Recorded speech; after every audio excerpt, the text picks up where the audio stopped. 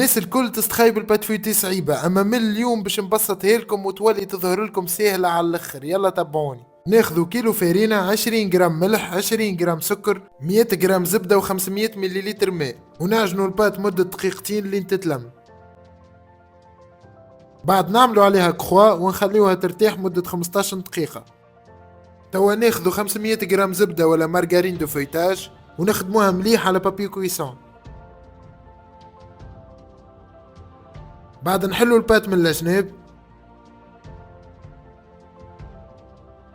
نحطوا الزبدة في الوسط ونسكروا عليها مليح.